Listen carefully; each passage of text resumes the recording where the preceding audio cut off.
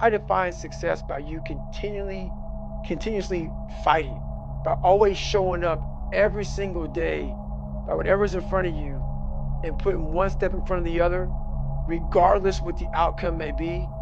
You just continue to fight every and any obstacle in front of you. That is my definition of success. You have to want it. You have to want to be a stronger version of yourself. I can't give you that.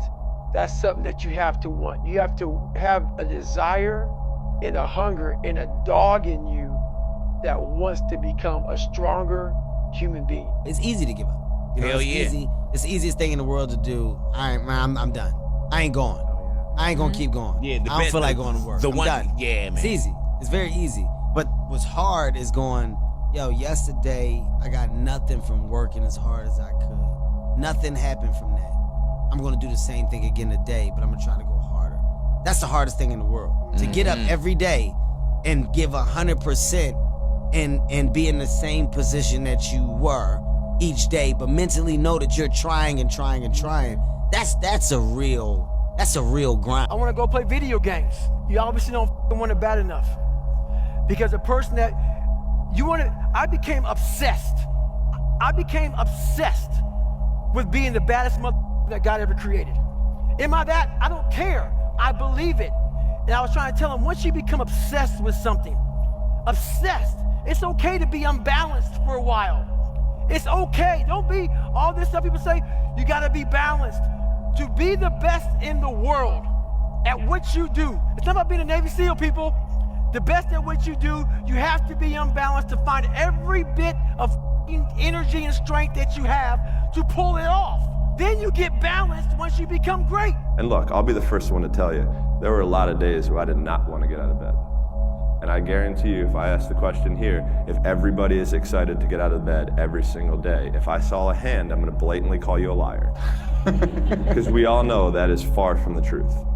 But if you have those little small goals, those little small things that get you excited when you don't want to, it's going to make it even better and even easier at the end when you're getting ready for a presentation or the end of the year or this or that, whatever event you're leading up to. It's going to make it so much easier. And I think if you look at the greats in anything that, in any walk of life, the greats do things when they don't always want to.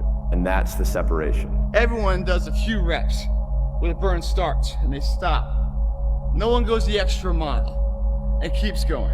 Like no one's in here right now. Why? Because it's Saturday evening, everyone's going to party, no one's in here, just me. You know, no one goes the extra mile. The thing about traffic jams, guys, there are no traffic jams in the last mile of the race. It's just you and your shadow. In the beginning, everybody's there. All the pretenders and the contenders, they're all there. But the last yard of life, the last mile of the journey, ain't nobody but you and your shadow. If you're going to try, go all the way. Otherwise, don't even start. If you're going to try, go all the way. This could mean losing girlfriends, wives, relatives, jobs, and maybe your mind. Go all the way. It could mean not eating for 3 or 4 days. It could mean freezing on a park bench. It can mean jail. It can mean derision, mockery, isolation. Isolation is the gift. All the others are a test of your endurance, or how much you really want to do it. And you'll do it. Say what you can do. Do what you say. If you can't do it, don't say you can do it. Don't over-leverage yourself. Don't over-leverage a decision and then jump in and kind of dip a toe. I think I'll try it out. No, think if you're going to try it out beforehand, but when it's time to go, dive. Finish it. Find out. Come out the other side. Don't leave it and go, ooh, if I just would have. That keeps me up at night. I think it keeps a lot of us up at night.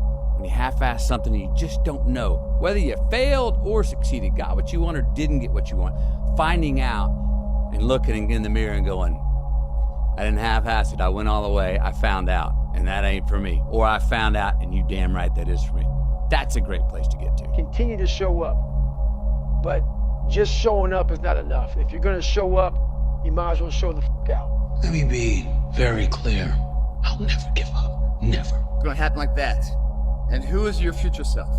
1 year from now, who is it? Just like everyone's out of here, go party Saturday night. They're not willing to sacrifice. I'm like the lone survivor in here, you know? Tonight will be over with too. Tomorrow I'll be stronger for it. Another day will go by. 365 of them happen so fast. Who are you gonna be in a year from now? And in a year from now, does that future person hold regret or pride? Lion is the king of the jungle. How can he be the king of the jungle? If he's not the biggest, the elephant is probably one of the biggest. He can't be the fastest because that's a cheetah. He can't be the smartest. So he's not the biggest, the fastest, or the smartest. So how does a lion become the king of the jungle? His mentality. That's the only difference of a lion and an elephant. When a lion walks up and sees an elephant, he thinks lunch. An elephant thinks run. And it's all mentality. So what's your excuse? It's warm on the couch. Your missus says stay in bed. It's comfy, it's cozy. You've got work later on. You had an argument last night. You're slightly hungover. I'm not good enough, smart enough. I'm not talented enough. Think about how many years, months, hours, seconds, days, all that you have wasted on people who suck the life out of you. Today's a good day for you to go through and can those who only call you when they need something. Can those who can't get over who continue to bring up from the past, who can't move forward. Life is short. Life is precious. That was the biggest thing. I had to stop caring what people thought about me. I realized that everybody's up. That's the one thing I realized. I walked around and I put these people on a pedestal. Everybody was better than me. So I can't tell you anything about me because you're gonna judge me and I'm gonna feel even worse than what I am. What I realized, once I calmed my mind down and sat back and looked at how jacked up this world is, once you realize that you are not alone, everybody that's talking to you about how jacked up you are, only thing they've done better than you is they've hidden their f***ed up world better than you have. Excuses sound best to the person that's making them up because you grew up in a household with dysfunction, drama, mental, spiritual, physical, and emotional abuse. Doesn't mean that that's the outcome of what your life, your career is destined to be. Live your life with character, honor, and discipline. And if you live that way, I guarantee you, your goals and dreams will get accomplished. That's all it takes. That's all it takes to be successful is an attitude. And that's what our coach told us. He said, hey, it's gonna be tough. It's gonna be hard. You're gonna go out there, you're gonna battle, you're gonna fight, you're gonna do it for one another. Do it for each other, you're gonna do it for yourself, you're gonna do it for us, and you're gonna go out with this win. And we believe that, we truly did. And it's an awesome feeling. It's an awesome feeling when you truly believe that you're going to be successful. Regardless of the situation, regardless of the scoreboard, you're going to be successful because you put in all the time, all the effort, all the hard work, and you know that it's going to pay off. You know, if you don't believe in yourself, what you do, you never achieve the nothing. I believe, my team believe me, and you all should believe in yourself. You want to make yourself feel better because you want to think that your life is so much harder than somebody else's. It's not. Is it too cold where you live? Is it too hot where you live? Does it rain too much? Now it's time for some real talk. Maybe you're the only black person applying for a job. Maybe you're the only female. Maybe you're the only gay person. Job, whatever the it may be. Maybe that fits in your head. Maybe that's your excuse for not being better. When I was young, all those things got in my head. Black, not smart enough, single mom, all that own space in my head. If you're allowing people and things and situations to own space in your head, you're losing. Last thing, life's one big head game. You play with yourself. If you lose, it's because you allow life to get in your head. I work out all day. I got a job. I work 16-hour days in the fire line. When I'm demoting, that means coming off the fire line, I work 20-hour days. We can make it. We gotta believe, we gotta be mentally strong. When we tired, that's when we gotta put our fundamentals together. That's when we gotta be more focused. When we tired, look across the field and see how tired they are. That should give you more effort. Be like, I'm gonna beat his ass. I'm gonna get fundamentally strong. Everybody's great when they're not tired. The champions is when they tired, that's when the real champions come out. That's when that real dog come out. Because if you go piss like a puppy, stay on the porch and let the big dogs eat. Let them on the field. some heart. All right, they're hating on you, so what? They don't believe in you, so what? You gotta stop letting the outside noise stop you from your grind, bro, because they're the fans in your story. They're in the bleachers for the reason. You're in the game. You really out here in the field. When you gonna stop letting nobody tell you about you? You're the one. You gonna make it. You're the dog. You gotta stop being soft, bro. Have tunnel vision in everything that you do and block out all the noise. The most important question to ask is, what pain do you want in your life? What are you willing to struggle for? Anything worthwhile is going to require some degree of pain and struggle. So, if you're oriented toward the pain and the struggle, you're probably going to be more aligned with what you're capable of accomplishing rather than if you just orient toward the pleasures. So good, because we say find the thing which you enjoy the most, but really what you're finding is what is the pain you're prepared to swallow the most. Why do you think people can slip into an obsession over Netflix or whatever, or thread count, but they don't do that for something that could really change their life? Feedback. It's interesting. It's not what I expected you to say. What do you mean by that? Because, you know, buying something or getting pulled into Netflix, being obsessed about something that gives you no feedback is not scary. A real obsession, like trying to make an impact in the world, you're getting feedback. You try to make a difference in somebody's life, they're going to tell you, that doesn't resonate with me, Brendan. You try to make a difference in a nonprofit, you try to change the world, you try to start something like this, and the views come or they don't come, there's feedback. And people are terrified. It's one of the 4 central fears we all have is rejection. We're terrified, like to be rejected. And think about, if you really want to make an impact, you're going to get a lot of judgment, you're going to get a lot of hate, and ultimately you're going to get rejection. People are going to like just diss on you. People are going to say that's not good enough. People are going to say, who do you think you are? And people are so worried about that they stop. And so it's easier. Things that don't give you feedback. Watching Netflix don't give you no feedback. It's easy. There's no disappointment there. Even if you don't like the show, what do? You just go on to the next show. There's no disappointment there. You know, I think trying to make an impact, there's a lot of disappointment and fear and potential for rejection. So people don't get obsessed about making a difference and making an impact because it can hurt. Wish them luck, to give them the best of luck, wish them luck, walk away and don't look back.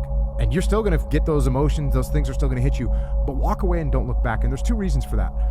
Number 1, if there's any chance that it's gonna work out, the best possible way for you to get it to work out is by walking away, by wishing them luck, walking away and don't look back. And I know it's hard, but you'll get some of those waves, but those waves will become less frequent and they'll become less powerful, and eventually you can move on. And then, you know, the last thing I'll say about this is in both these scenarios is remember but don't dwell.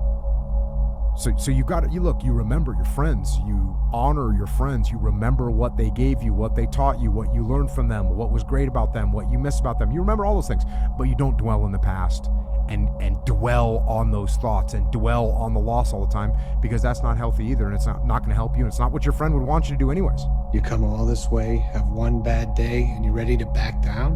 No, bad days suck. Do you love this game? I mean, love it with your whole heart.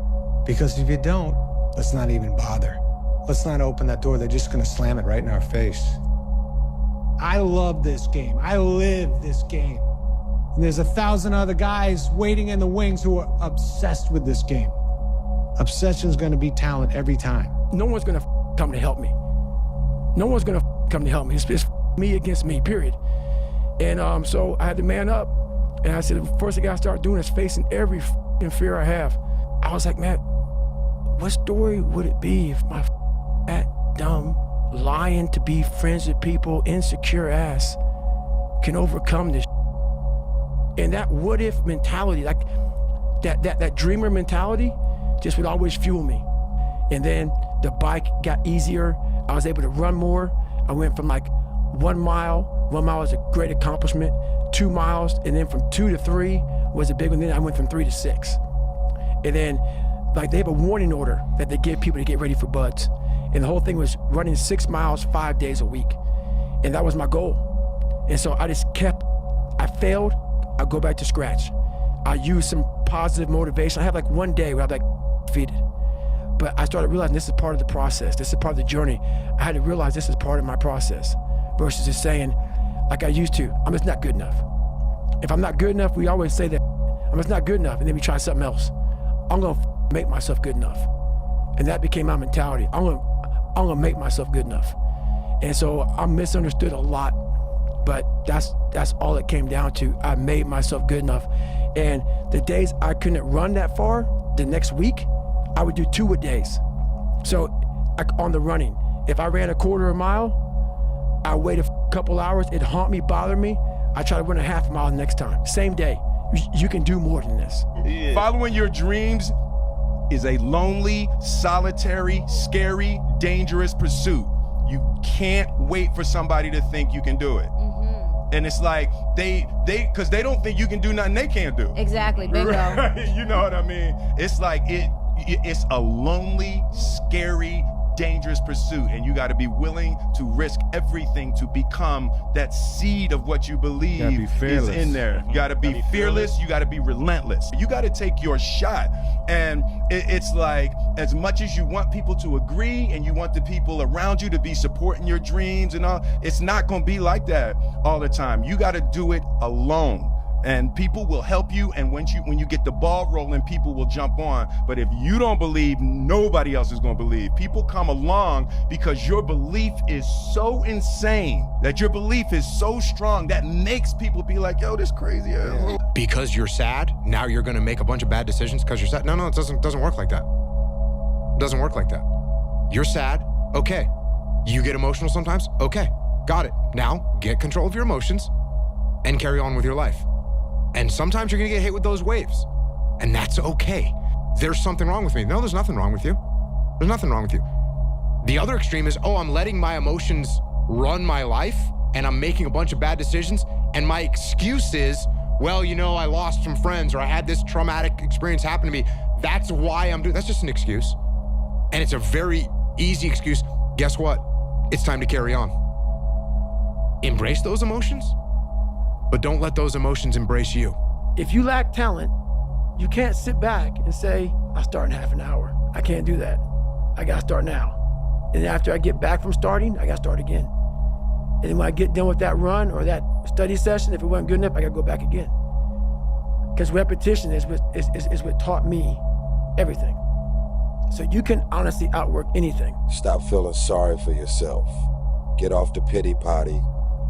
Stop looking for the new pity committees, running around, telling everybody your sad and sob stories, trying to get people to show up to your pity parties and your pity parades. There was a study done in Florida at a tennis academy, and what they looked at was, what is the difference between those tennis players that are top 5 in the world versus those that are top 25?